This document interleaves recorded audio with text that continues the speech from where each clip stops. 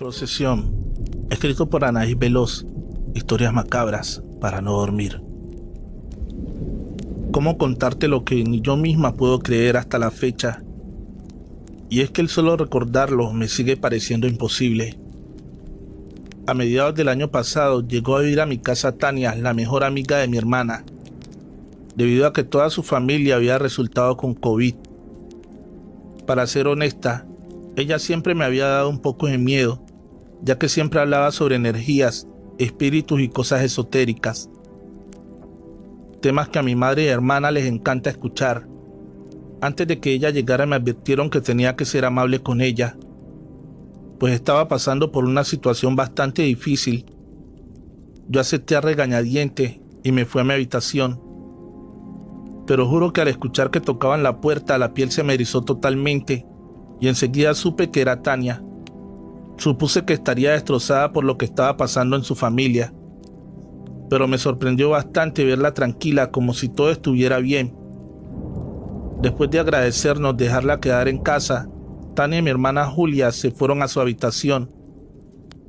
Mis dos perritos estaban demasiado inquietos y cansada de escucharlos ladrar. Fui con mi madre bastante molesta, pues tenía bastante tarea y semejante escándalo me impedía concentrarme. Mi madre trataba de calmarme, diciendo que solo sería un par de días, que fuera paciente y que solo era cuestión de que los perros se acostumbraran a ella. Pero había algo más. El ambiente estaba demasiado tenso y nadie lo podía notar. Nadie excepto yo, claro estaba. A la hora de la cena las cosas se comenzaron a poner bastante horribles, pues de repente las luces comenzaron a bajar y a subir su tonalidad. Al verme mi madre asustada, dijo que era muy probable que hubiera una falla de electricidad, a lo que rápidamente la interrumpió Tania y dijo: «Se equivoca, señora. Esto no tiene que ver nada con fallas eléctricas. Lo que sucede es que viene una procesión cerca, y al parecer son bastantes, pues siento su energía bastante pesada».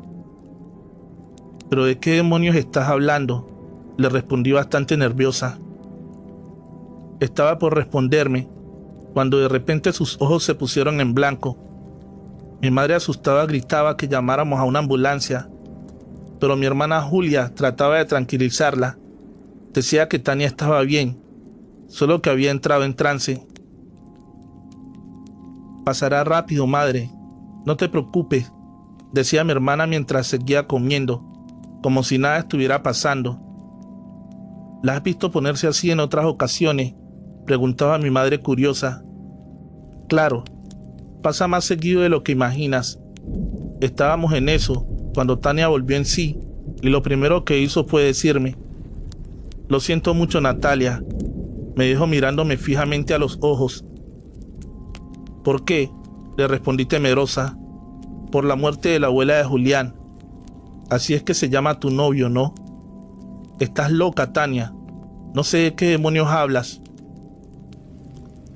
Estábamos discutiendo cuando sonó mi celular, y al responderme que era al escuchar a Julián, que me decía que su abuela acababa de morir, víctima de un infarto.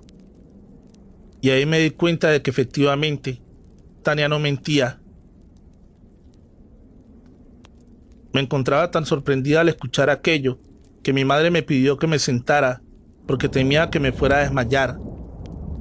«¿Cómo es que lo sabía?», le pregunté aún incrédula.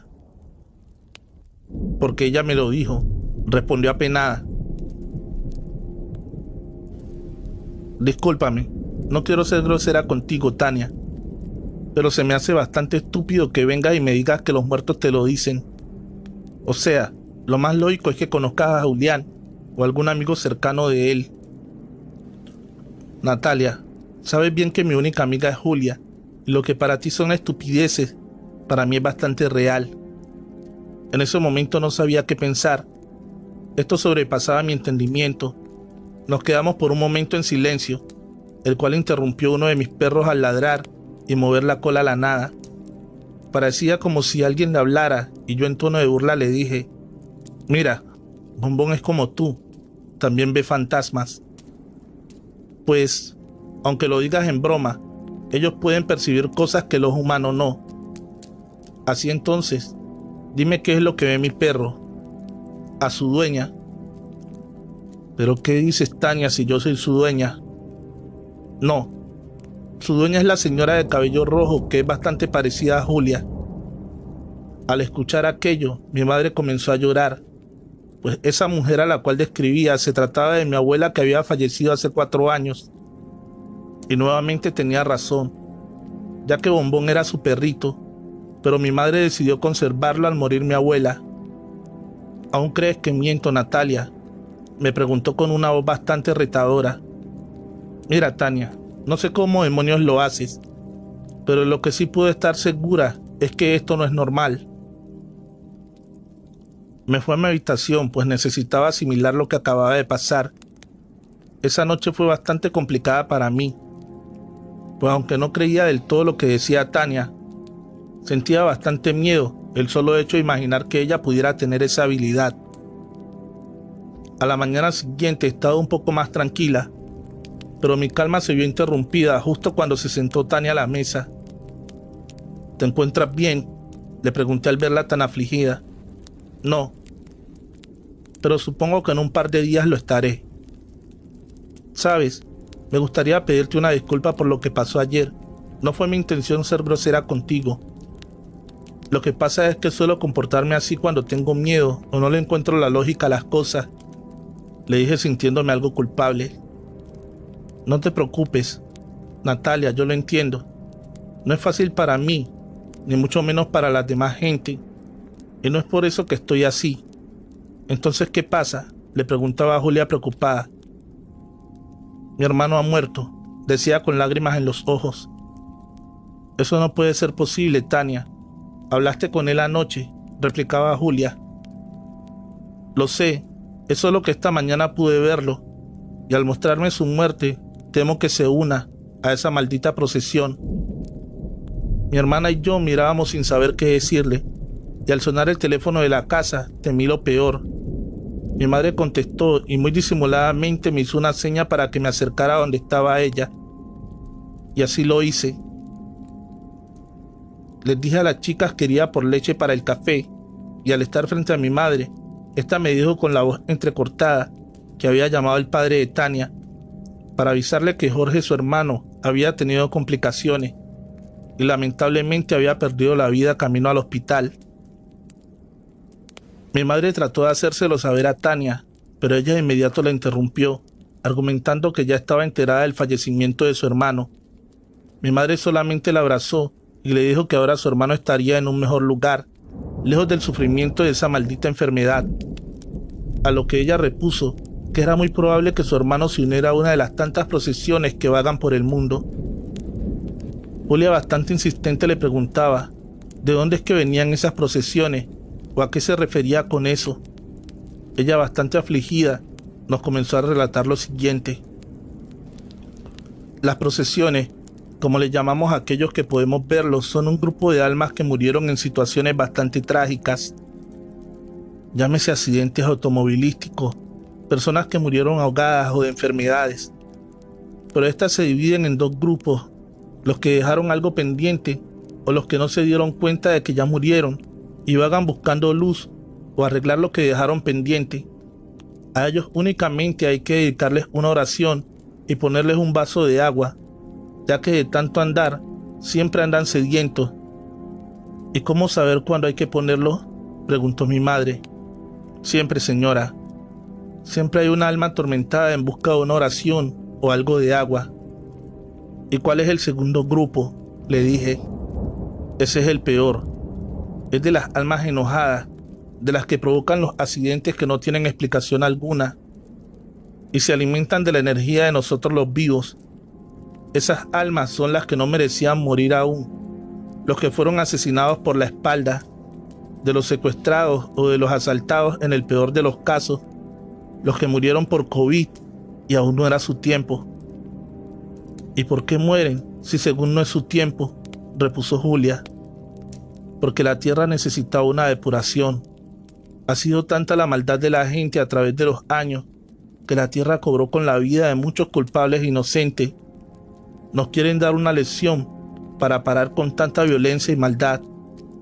Juzguen ustedes mismos si es verdad las palabras de Tania o no, pero lo que sí estoy segura es que entre tanto que pudimos vivir al lado de ella, me hizo pensar y reflexionar en que hay cosas que están fuera de nuestro entendimiento. Y es por eso que hacemos burla de lo que no logramos comprender.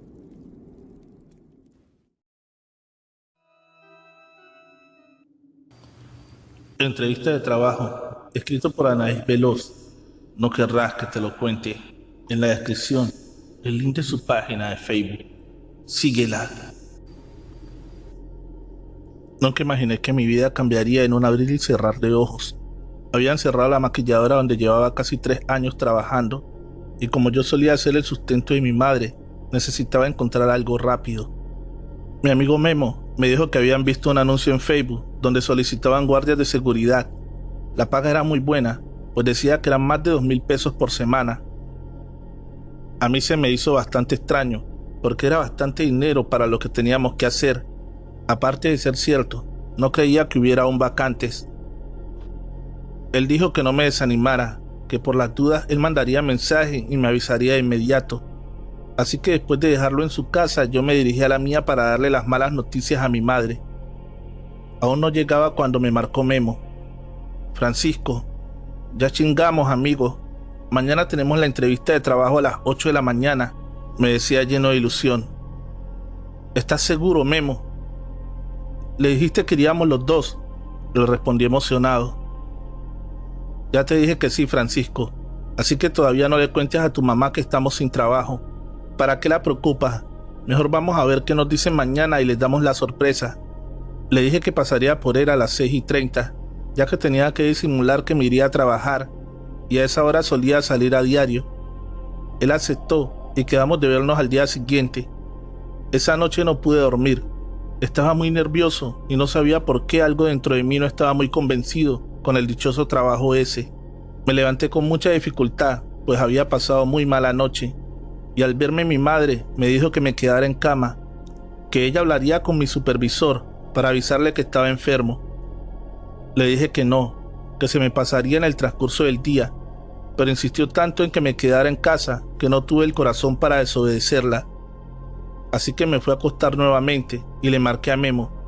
Bueno, Memo, perdón, pero no podré ir. Mi madre se ha empeñado en que me quede en casa. No mames, Francisco, es nuestra oportunidad de salir adelante. Luego no te quejes cuando se te acaben tus ahorros, y me colgó molesto. Horas más tarde entró mi madre bastante preocupada. Dijo que había ido la mamá de Memo a buscarlo, porque él nunca se tardaba en llegar a casa, y en algunas ocasiones que lo hacía solía avisarle. Yo, algo adormilado, aún le pregunté por la hora, y me quedé bastante sorprendido cuando me dijo que eran casi las 6 de la tarde. Me levanté a toda prisa y comencé a marcarle, pero el teléfono sonaba apagado. Pasaron las horas y Memo seguía sin contestar. Casi a las 11 de la noche, la mamá de mi amigo volvió a mi casa y ahí fue donde le tuve que decir la verdad, que nos habían corrido del trabajo y que Memo había visto una publicación en Facebook donde solicitaban guardias de seguridad y que hoy teníamos una entrevista de trabajo, que yo no había podido asistir porque me sentía bastante mal. Me dijo que le diera los números de los que le darían el trabajo, o cuando menos la dirección para saber si se había presentado.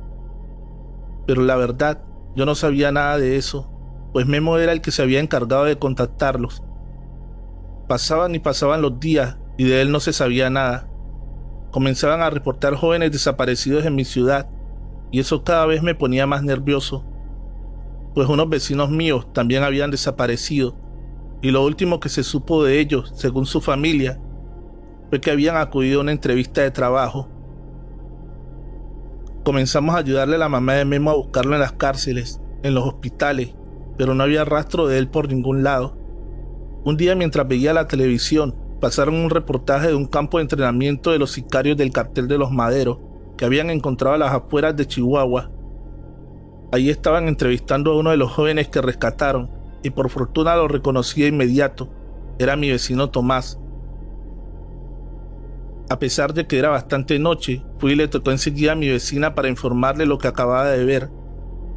Se puso feliz de saber la noticia y yo también, pues según dijeron, rescataron a 25 jóvenes más.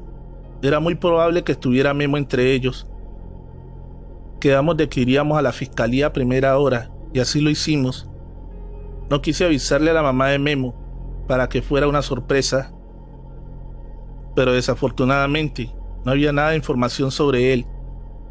Nos pidieron que regresáramos al día siguiente, pues empezarían a tomar las muestras de ADN por la mañana, para compararlas con los restos que habían encontrado. Me quedé parado sin poder decir palabra alguna, porque todo esto me parecía una muy cruel película de terror.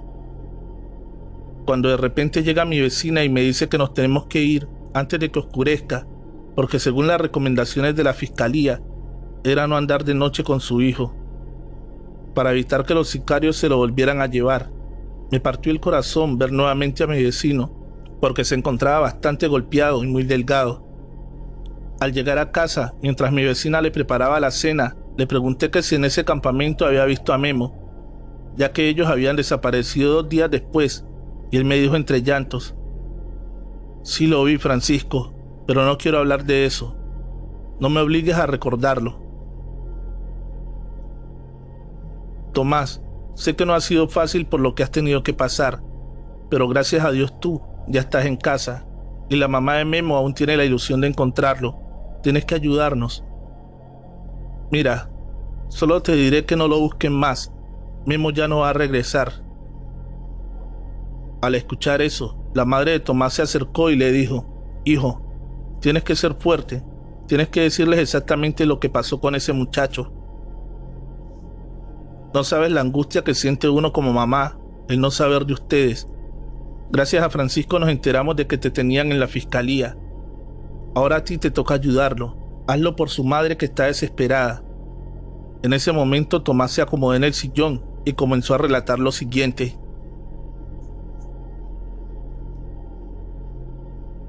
Mira, yo vi el anuncio en Facebook y la verdad lo primero que me llamó la atención, para ser honesto, fue la paga.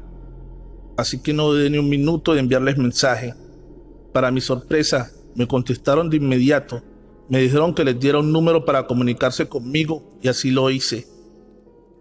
Cuando mucho pasó 1 hora cuando me marcaron y me dijeron que les indicara algún punto que me quedara cerca, entre el centro y mi casa, y al preguntarles el porqué de su petición respondieron que porque la empresa contaba con transporte para sus empleados y de ser elegidos tenían que trazar la ruta para recoger el personal.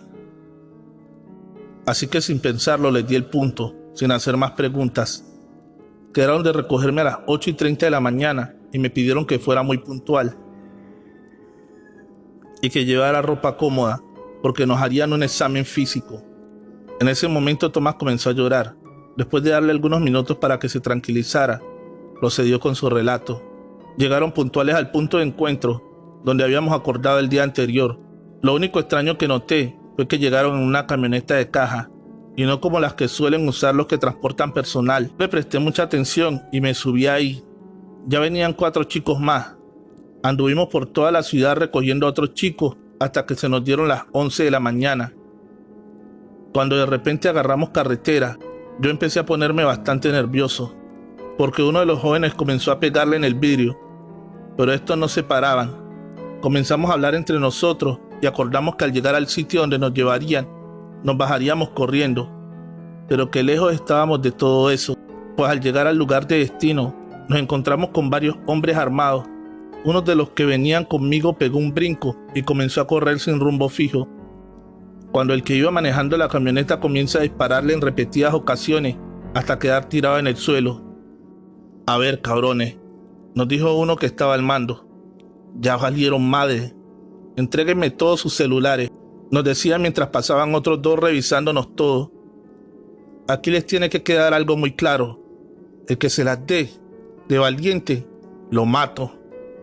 El que quiera pasarse de listo, lo mato. De ahora en adelante ustedes trabajan para el cartel de los Maderos.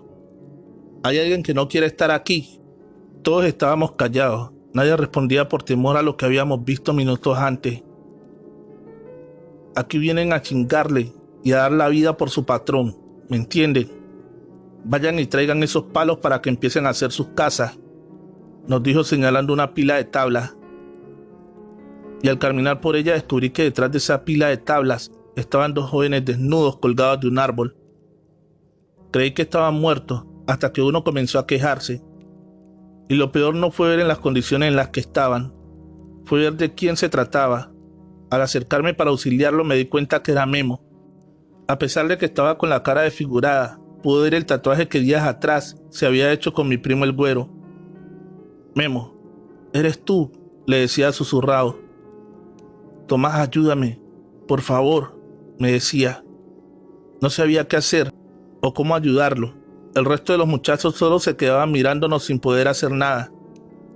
Eso provocó que los sicarios fueran de inmediato a ver qué era lo que estaba pasando, y uno de ellos nos dijo: «Miren, hijos de la chingada, véanlos bien, porque es lo que les va a pasar si se quieren escapar». Sacó un cuchillo y comenzó a cortarle los genitales a ambos. Estos comenzaron a gritar de dolor, y al caer su miembro, ese maldito se los puso en su boca para que dejaran de gritar. Después de un rato sacó su pistola y les dio un tiro en la cabeza a cada uno, provocándoles la muerte. Nos ordenó que los bajáramos y los comenzáramos a destazar. Nos dieron un par de cuchillos e improvisamos una mesa para comenzar a cortar. Uno de los muchachos se negó a hacerlo, así que el hombre que había asesinado a Memo dijo que serían 3 los que cortaríamos y no 2. Al voltearlo a ver sorprendidos, este desenfundó su pistola y le dio 4 balazos al chico. «Te juro que no quería hacerlo», me decía entre lágrimas, pero tenía miedo. «Lo sé, Tomás», le decía para tratar de consolarlo. «¿Y qué hicieron con los cuerpos?» «Después de cortarlos, nos obligaron a comerlos. Yo me vomité en 2 ocasiones y esto provocó que me golpearan hasta desmayarme. Cuando desperté, estaba al lado de los restos de Memo. Me levanté de inmediato y la mayoría dormía, así que para evitar recibir una segunda golpiza, me fui a acomodar donde estaba el resto de mis compañeros. Los siguientes días no fueron mejores, porque nos despertaban a las 4:30 de la mañana a descargar camiones que llegaban con marihuana o cristal. Después teníamos que pesar y empaquetar. Seguido de eso, nos hacían correr por el monte durante horas sin agua ni comida. También nos hacían pelear entre nosotros para su diversión. ¿Y nunca les daban de comer?, le pregunté curioso. Sí, nos daban una sopa instantánea en la noche, y cada que había muerto era 1 o 2 pedazos de carne. ¿Cómo se tenían que comer a sus compañeros, Tomás?, le dije sorprendido. No solo a los compañeros, también a los contras que agarraban. Después de torturarlos, era regla que debíamos comer un pedazo de ellos. Según decían, eso nos volvería inmortales. Pero qué fregado, eso nos provocaba fuertes dolores de estómago y vómitos continuos. Un día llegaron con más de 100 pollos asados, ya que éramos bastantes en el campamento porque diario llegaban camionetas llenas de jóvenes ingenuos como nosotros. Ese día comíamos de lo mejor: pollo, carne, cerveza. Incluso llevaron 10 mujeres para todos los que estábamos ahí. No creo que fueran prostitutas, porque también las tenían bien golpeadas. Aparte las amarraron de las manos a unos postes. Clavaron unos palos en el suelo donde les amarraron los pies para que los tuvieran abiertos. Y allá abusaban de ellas las veces que quisieran esos malditos desgraciados. Tomás, ¿tú tuviste algo que ver con alguna mujer de esas? ¿Cómo se te ocurre, Francisco, si lo único que provocaba eran todo menos atracción sexual? 2 de las muchachas se murieron en el acto, pero los jefes estaban tan drogados que eso les importó poco. Otros de los muchachos que ya llevaban más tiempo que yo, de inmediato hicieron fila para estar a la par de ellos. Era una locura. Tenían más fila las 2 chicas muertas que las 8 que seguían con vida. Yo me fui a dormir cerca de las 10 de la noche, porque todo ese ambiente me tenía asqueado. Me quedé profundamente dormido. Yo supongo que era por todo lo que había comido, y cerca de las 6 de la mañana, un compañero me despertó exaltado. «Levántese, compa, que ya nos vamos», me decía. Yo a un adormilado le preguntaba que a dónde. Vamos a tener un enfrentamiento en Camargo, y dicen que si salimos con vida, nos van a dejar irnos a nuestras casas. Así que hay que darnos con todo, me decía mientras me ayudaba a ponerme de pie. Yo no creía que fuera posible, pero necesitaba aferrarme a algo para soportar esa vida de mierda. Nos comenzaron a acomodar en las diferentes camionetas y para mi mala suerte, me había tocado en la camioneta del maldito que había matado a Memo. Aunque ese fue el motivo por el cual sigo con vida. Todo el camino me fui muerto del miedo, más que por el enfrentamiento. Era por las personas que iban conmigo. Nosotros íbamos al frente de las 22 camionetas que llevábamos. Pero justo 15 minutos antes de llegar a Camargo, comenzamos a quedarnos atrás, hasta perderlos de vista por completo. Nos metimos a un oso, donde tardamos casi media hora, hasta que volvimos a tomar camino. Al llegar vimos que las cosas estaban feas, pues de los 70 que íbamos, solo 10 quedaron con vida. Al ver eso, emprendimos la huida porque comenzaron a dispararnos. Ahí me di cuenta de lo cobardes que en verdad eran. Llegamos nuevamente al campamento y me sorprendió bastante que hubieran varios nuevos. Sentí pena, pues sabía lo que les esperaba. Estábamos trabajando como siempre, cuando comenzaron a escucharse unos helicópteros y escuchamos que gritaban. Nos cayeron. Cuando de inmediato nos tiramos al piso al escuchar tremenda balacera. Entraron los soldados a toda prisa y uno de los que nos tenía ahí se hizo pasar por secuestrado. Después de que nos sacaron de ahí, pude ver que la mayoría fueron abatidos a mano del ejército. Ya cuando nos trasladaban, me acerqué a uno de los soldados y le dije que ese no era secuestrado, sino uno de ellos. Le empecé a relatar a todo lo que fuimos obligados. Le pusieron una santa golpiza frente a nosotros y el soldado me permitió darle uno que otro golpe. Por eso es que te digo, Francisco, que ya no busquen más a Memo. Creo que merece ser enterrado con dignidad, dijo su madre. Así que gracias a Tomás fueron encontrados los restos de varios jóvenes y pudieron regresar a casa. Y solo les doy un consejo: cuidado con las tentadoras ofertas de trabajo. No vaya a ser que te pase lo mismo que a estos jóvenes. Recuerda que la mejor forma de apoyar este canal es dejando un like y un bonito comentario. Suscríbete y activa la campanita de notificaciones.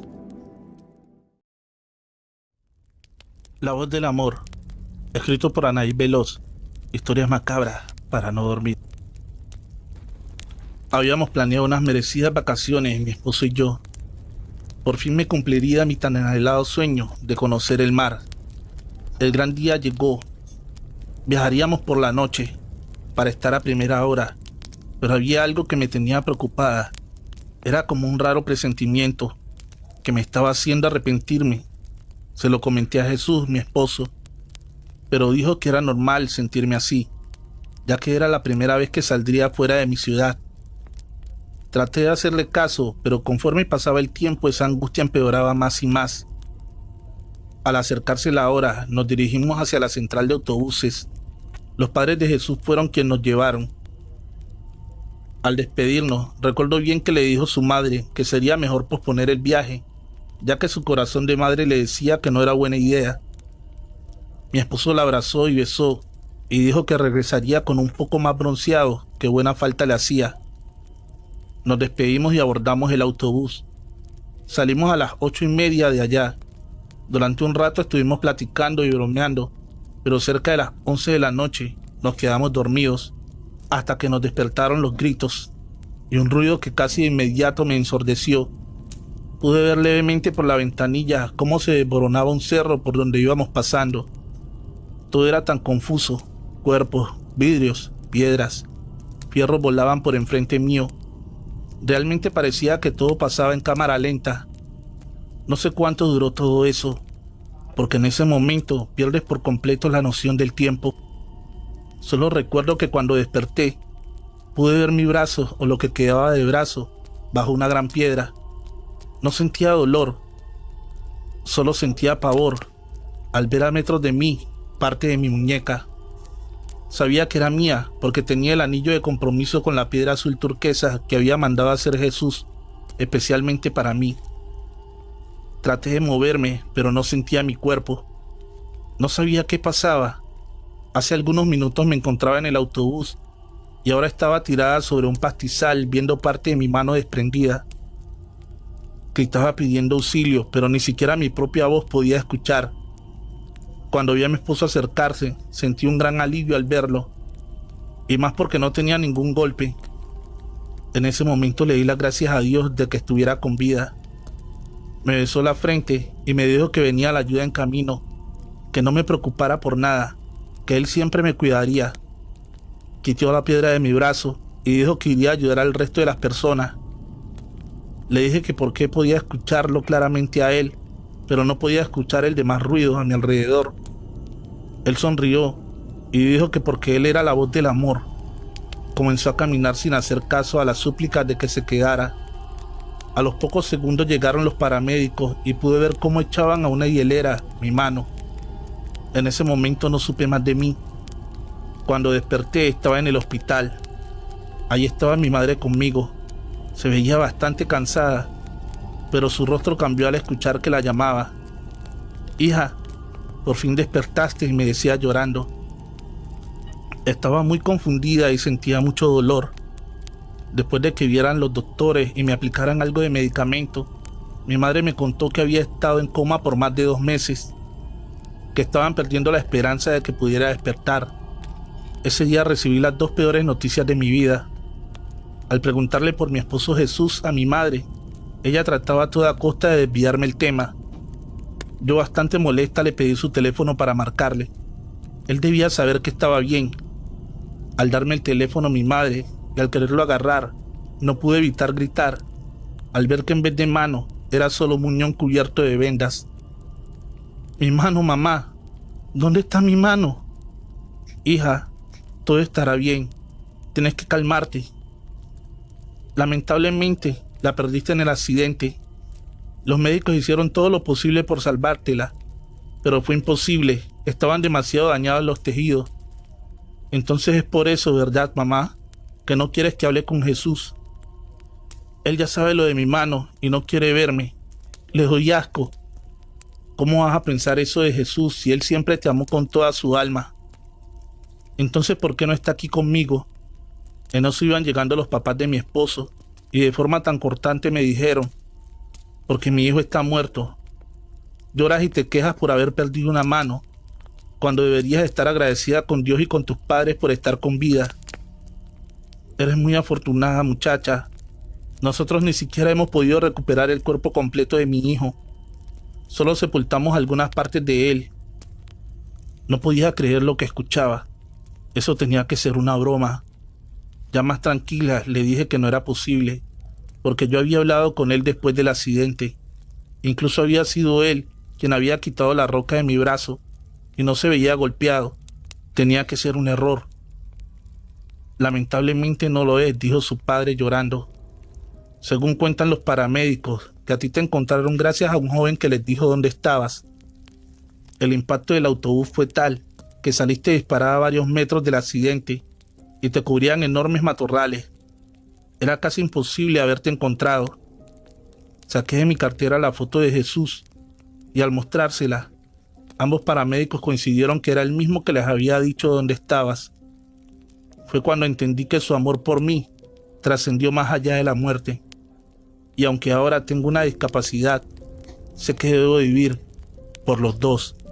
Trovadores, en algunas ocasiones nos es inevitable soltar algunas lágrimas. Hay historias escalofriantes de brujas, apariciones, así como hay otras historias que son muy bonitas como esta, bastante tristes. Quiero darte las gracias por hacer parte de este canal. Es gracias a ti que seguimos creciendo. Si eres nuevo, recuerda darle fuerte al botón de suscripción y activar la campanita de notificaciones. Búsqueda implacable, escrito por Anaís Veloz. Historias macabras para no dormir. Hola, mi nombre es Cristina y soy parte de un grupo de búsqueda de personas desaparecidas que mi padre formó.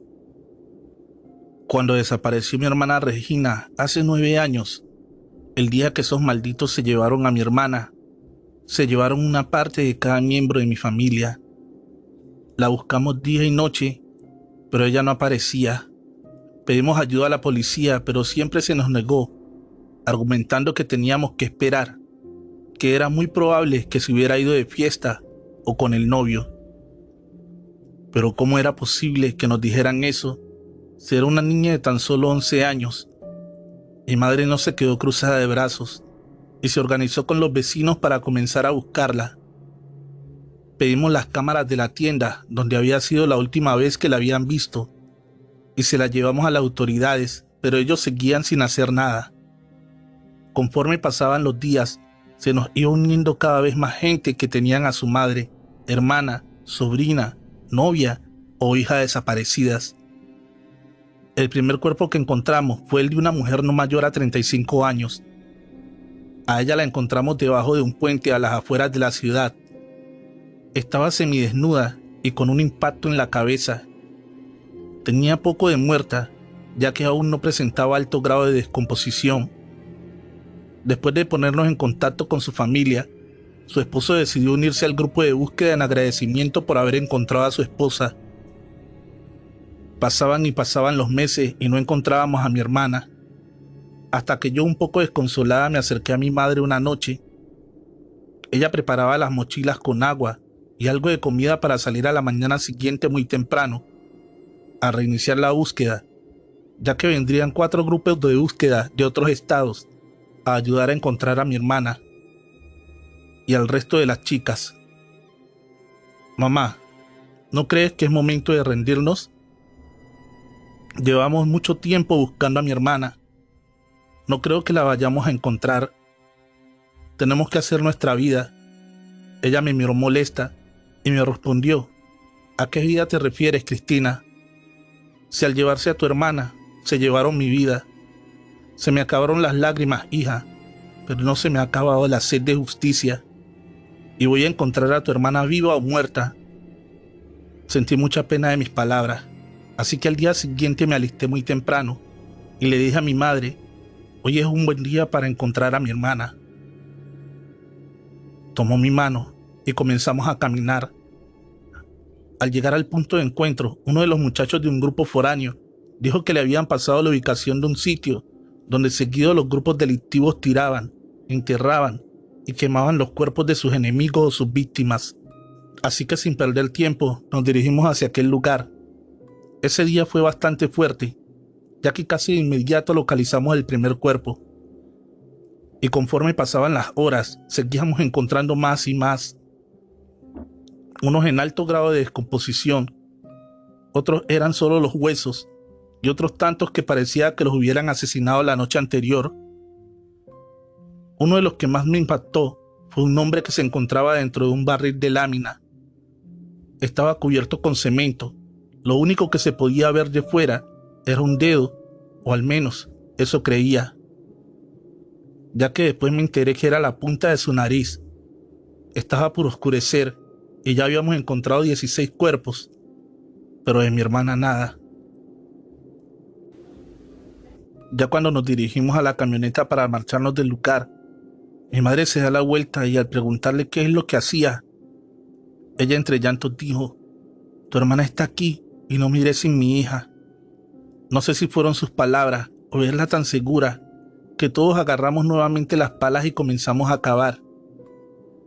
La noche nos cayó encima, así que no estábamos aluzando con lámparas y las luces de las camionetas. Y fue así que a las 9:30 de la noche, y después de 4 años, por fin pudimos encontrar a mi hermana enterrada al lado de un mezquite. Se preguntarán, ¿cómo es que supimos que era ella? Porque aún llevaba un reloj que mi madre le había regalado en su cumpleaños y que lo había mandado a grabar con su nombre. Mi madre cayó de rodillas y abrazó los restos de mi hermana y le decía: ahora estás con mami, hija, y te llevaré a casa. Todos aplaudían y lloraban. Por fin había acabado toda esta pesadilla. Después de haberla sepultado, mi madre decidió abandonar el grupo de búsqueda, pero a los 2 meses recibió una llamada del grupo que había ayudado a encontrar a Regina y le pidieron apoyo para buscar a 8 mujeres que habían desaparecido en Ciudad Juárez. Y ella no se pudo negar, ya que tenía una deuda con toda esa gente. Así que al día siguiente viajamos 25 personas a ayudar. Al llegar les dijo mi mamá que sería la última vez que estaría en el grupo, ya que quería descansar y vivir su duelo. Ellos lo entendieron y aceptaron la decisión de mi madre. Así que nos dirigimos hacia el desierto donde iniciaríamos la búsqueda. Ese día lamentablemente no pudimos encontrar nada. y cuando nos disponíamos a marcharnos, gritó una de las señoras: «No mire de aquí hasta encontrar a mi hija, así muera en el intento». Mi madre se vio tan reflejada en ella que dijo: «Traigan unas casas de campaña, que la buscaremos al amanecer». Después que las trajeron y las instalamos, mi madre me dijo que se estaba rindiendo, que todo esto le estaba afectando mucho, que aparte ella ya no tenía nada que hacer allí, porque su hija ya estaba en casa. Se me hizo algo egoísta de su parte, pero ¿quién era yo para juzgarla? Así que le dije que se durmiera, porque mañana sería un día pesado. Cerca de las 3 de la mañana me dijo que quería ir al baño, que si la acompañaba, y después de ponerme los tenis, caminamos algunos metros para hacer del baño. Cuando volvíamos a la casa de campaña, pudimos ver a muchas muchachas, mujeres y niñas alrededor de las casas de campañas. Se veían muy mal, unas golpeadas, otras mutiladas, con la mirada perdida, llena de tristeza y rencor. Nos quedamos heladas al ver esta escena. Yo comencé a gritar y mi madre seguía ahí parada sin decir una palabra. Cuando salieron los del grupo a ver qué pasaba, fui yo quien les contó lo sucedido, ya que mi madre aún estaba en shock. Ella solo sonreía y lloraba a la vez. «¿Pero qué es lo que tienes, madre?», le preguntaba asustada. «Vi a tu hermana Cristina. La vi entre todas esas mujeres. Es una señal que no quiere que deje esta lucha. Quiere que yo las encuentre, al igual que la encontré a ella». Uno de los señores que se encontraban ahí dijo que son las almas de todas esas jóvenes que no han podido ser encontradas y vagan esperando algún día volver a casa. Muchos las hemos podido ver. Esa fue la razón por la que decidí unirme al grupo, para que regresen a casa y puedan descansar en paz. Al amanecer, estábamos llenos de energía, ya que nos movía el amor y la ilusión de encontrarlas. Ese día quedó grabado en los recuerdos de mucha gente, ya que hicimos el hallazgo más grande de esta fecha. Encontramos 45 cuerpos, 45 mujeres que después de todo lo sufrido, por fin descansarán en paz. Desde ese día mi madre ha seguido su lucha, ya que es la voz de quien ya no puede hablar. Micaela, escrito para Anaí Veloz, historias macabras para no dormir. Esta historia que te contaré a continuación es muy breve. Me la platicó mi mamá y asegura que es verdad. Me relata que su abuelita tenía una hermana llamada Micaela que era muy bonita. Incluso se decía que era tal su belleza que era cortejada por los jóvenes más ricos de esa época. Pero eso poco le importaba a Micaela, porque según decía que nadie tenía lo suficiente para tenerla. Era una joven bastante soberbia y muchas veces grosera. Sus padres siempre trataron de hacerla cambiar, pero conforme iba creciendo, ella empeoraba su comportamiento. Cierto día llegaron unos comerciantes europeos a la ciudad y ahí conoció Micaela a Patrick, un joven de 22 años que le robó de inmediato el corazón. A pesar de que Patrick era mayor que Micaela, eso nunca le importó. Al poco tiempo se hicieron novios y en cuestión de semanas Patrick le propuso matrimonio. Ambas familias estaban felices con el matrimonio, porque ambos eran de buenas y adineradas familias. La ceremonia se llevaría a cabo el 2 de noviembre a las 7 de la noche en la catedral.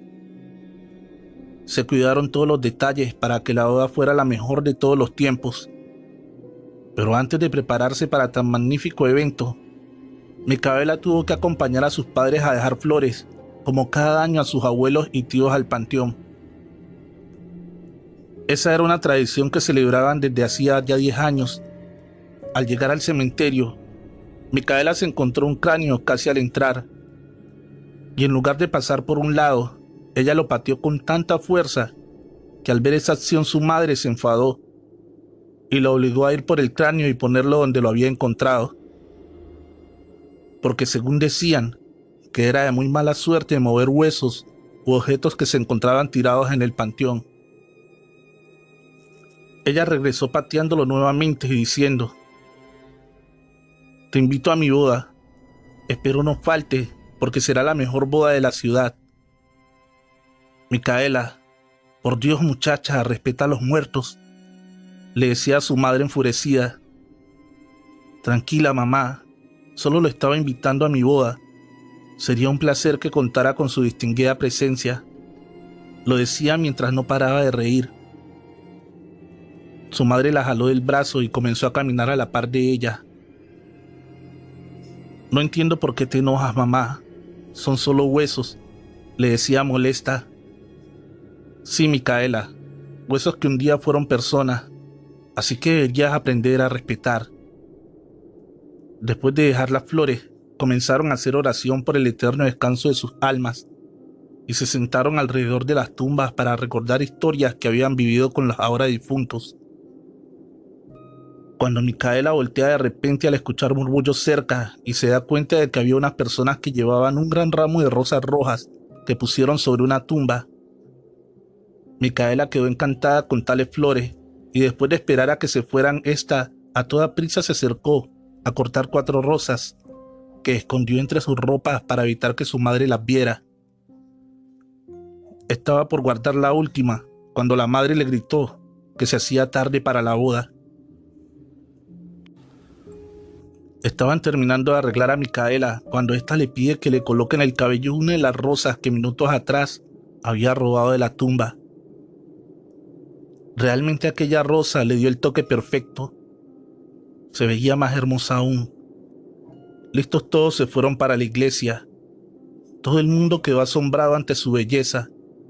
Caminaba hacia el altar cuando hubo algo que le llamó bastante la atención. En primera fila estaba un hombre bastante extraño, ya que su piel era demasiado pálida y tenía unas ojeras bastante pronunciadas. Se veía muy elegante, solo que su traje estaba bastante cubierto de polvo. Al lado de él se encontraba una mujer de igual aspecto. Supuso que eran familia por la tonalidad de piel y creyó que eran amigos de Patrick, su ahora esposo.